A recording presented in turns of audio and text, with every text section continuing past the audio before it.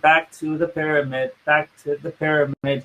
Always going back to the content strategy, looking at different forms of content and where we prioritize them. We've done lives, we've done stories, we've done quick. We are well on time. We're now going to look at the Mojo story, the ultimate 1-minute video.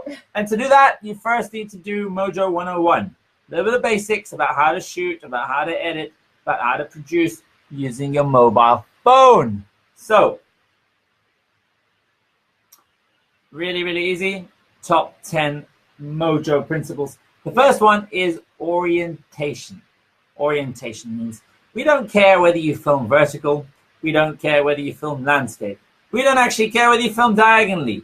What we do care about, we do care about. We do care about that. But this way or that way. As a general rule, keep the same orientation throughout your video. There's nothing worse than seeing somebody who's filmed half their video upright and half their video sideways, and then we're trying to cut between the two, and it's a nightmare. Cool.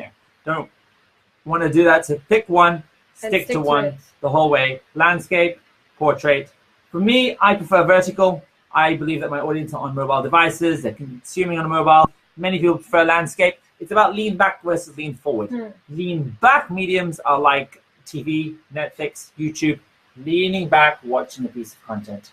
Leaning forward is like when I'm tweeting forward. When I'm commenting forward. Once you understand where your audience are leaning forward or leaning back, you have a better understanding of whether you should be vertical or landscape. Yeah, and I guess on the platforms like YouTube, for example, is kind of made for a lean back approach, right? So you're going to film landscape, but your stories format is obviously something mobile optimized, and it's made for tapping and clicking and going back and forward. So you want to do a vertical video. For hashtag our stories, for example, we do most of our stuff vertical because we're kind of planning for the future. Well, for the present, now, vertical. Exactly. And so a lot of our stuff is because we want it to be mobile optimized. We want it to fill the entire screen when somebody's watching on a mobile. We're shooting vertical. So a lot of our stuff you'll see is vertical. Yeah. Okay. The next principle that we want to talk about, audio. Audio. So audio is, I think, the most the most important consideration to make, because you can fix everything in the post-production, in the edit, except audio. If you have bad audio, there's nothing you can do about it. So there's a couple of ways that you can get good audio. Firstly is to have a mic. You said you have some mics behind you. Yeah, so you can get a good old-fashioned sort of, I don't want to promote products. Yeah. So, but you can get a bunch of microphones that do these kinds of things. But you can also use, you have a pair of wired headphones. A normal pair of wired earphones function very well as a microphone. Just using your headphones, a little mic makes a big difference between just the phone and using the mic. But I also just believe that doesn't function as a mic. Yeah. You can just get really close to somebody. If you're filming them, get close, hear what they have to say. Further you are away from them, the harder it is to hear. So get close. Don't be afraid to get close to your subject when you're interviewing them, because audio is much more important than even the visual is. Also be very conscious of what's in the background. If I am filming in a workshop and there is a loud sort of machinery and this kind of stuff, it becomes very, very difficult to hear somebody. If there is an aircon or a fan on, it becomes very, very difficult to hear somebody. Always be cognizant. If the window's open and there's cars outside, it becomes very difficult to hear somebody. So really, really focus on getting good audio. And that also means knowing your surroundings and prioritizing what's a quiet area. Yeah. Also, when you're doing audio, if you're working outside, the worst thing you want is the wind. That kind of sound coming through your audio. You don't want that. It sounds like the Titanic. So use the headphones. They're really helpful. One way to avert and to avoid windy sounds coming through your mobile phone is to shoot video downwind, or to shoot in with the wind. They say when you're in a safari and you don't want the lions to attack you, if you're doing a walk through a game park with lions and all these things, you should always be upwind of the lion. Downwind of the lion. You don't want your scent to be carried with the wind towards the lion. You want to be downwind. And it's the same thing with video. You want to shoot with the wind, not against the wind. Very, very, very important. And then obviously another thing you can do is voiceover. We try not to do voiceovers when we come back to the office or when we come back to edit our video. We try and voice everything in the field so the sound levels all sound the same throughout the video. And it feels more native and more real and more raw. Yeah. So the third thing is then lighting. So lighting is extremely important. You as the camera operator, as the person that is shooting the video, you want to make sure that the light is always behind you. That means that the subject that you're interviewing always has the light on them, and so they're well lit, no shadows, no silhouettes, that kind of thing, and so that you have the best possible lighting that you can have. Yeah, composition. This is an interesting one. This is about the main rule that we want to give you here with composition is make sure that the frame that somebody is in really explains the role of that person. Yeah. If we're talking to a car mechanic, I want to see a car behind that person, or a bunch of tools, or a workshop, or something to suggest it's a car mechanic.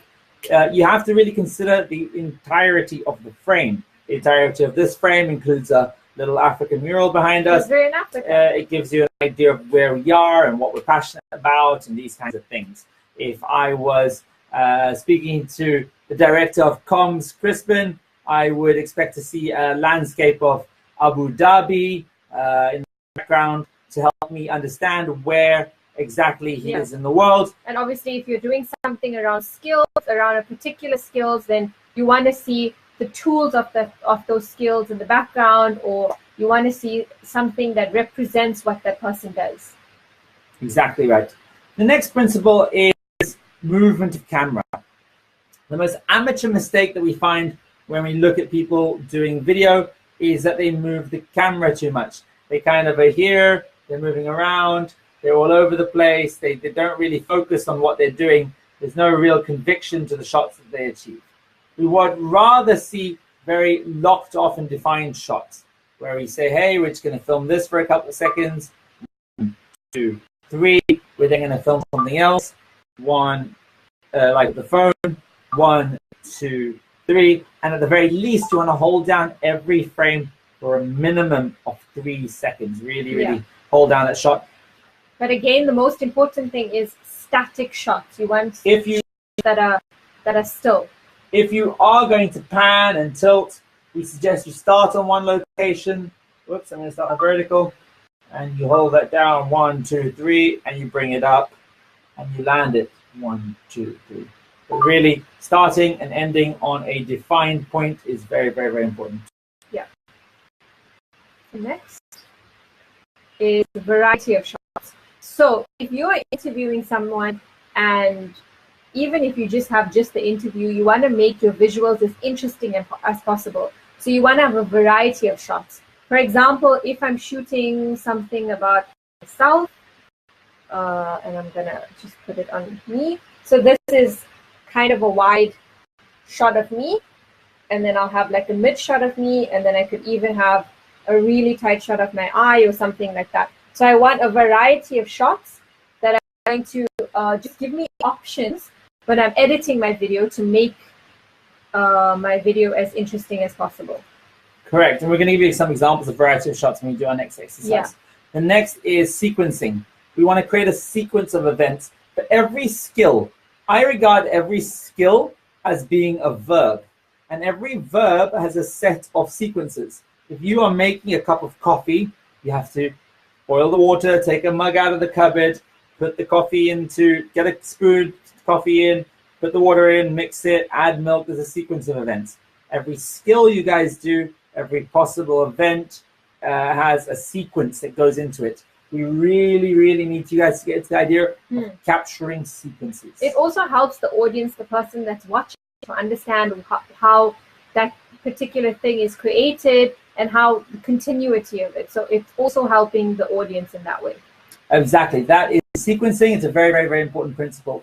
Storyboarding is perhaps one of the most old-fashioned things that we advise people to do, but yet we believe it's one of the most important things that you should do.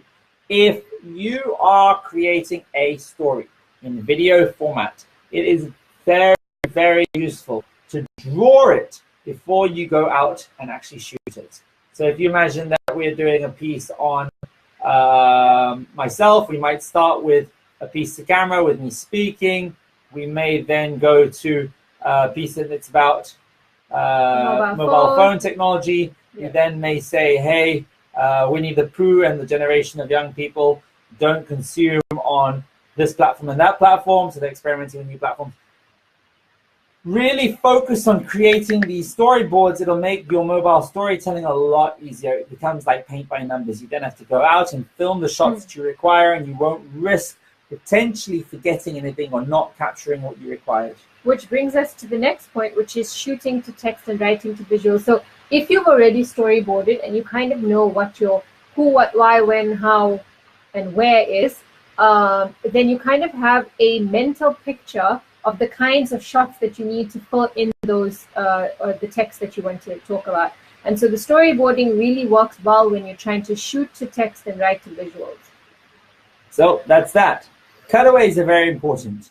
For every single person that you interview, I need at least 5 cutaways. At least. Show what they're doing. Yeah.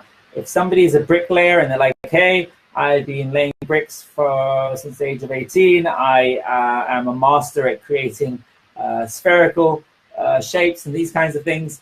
And I do it by cutting the bricks in this kind of way using this special technology. Yeah. I want to see every single moment of that. If they talked about doing it from the age of 18, I want cutaways of pictures of them when they're a child. Yeah. If they're talking about using a new technology, I want to see shots of that new technology. It just makes the editing process so much easier because then you have a lot of options to choose from to overlay your videos. Structure. We are not creating television. This is not about bringing bad broadcast habits here. We're totally reinventing the spectrum, and we're prioritizing how people consume on mobile devices. Yeah. One of the most important considerations is that they have incidental viewing. They may be watching a piece of content, scrolling on a timeline, they see something, they decide, shall I stop, shall I not stop, they're not too sure. Structure is very, very, very important. To achieve good structure, we believe that the opening 3 seconds is the most important part. You must grab the audience's attention in the opening 3 seconds. You must put your most interesting, emotive visuals right up the very, very top of your story. We can't emphasize this enough. We can't emphasize the value of leading with those images. Yeah. So structure is very important. Like you said, we're not trying to create TV. That's why we're very, we love doing vertical video.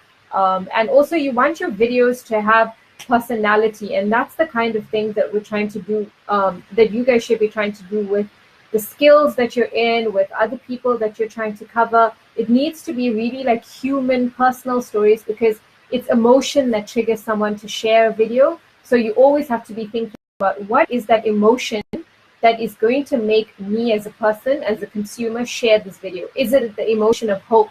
Is it something I can relate to? Is it inspirational? Is it aspirational? What is that emotion? And that really is what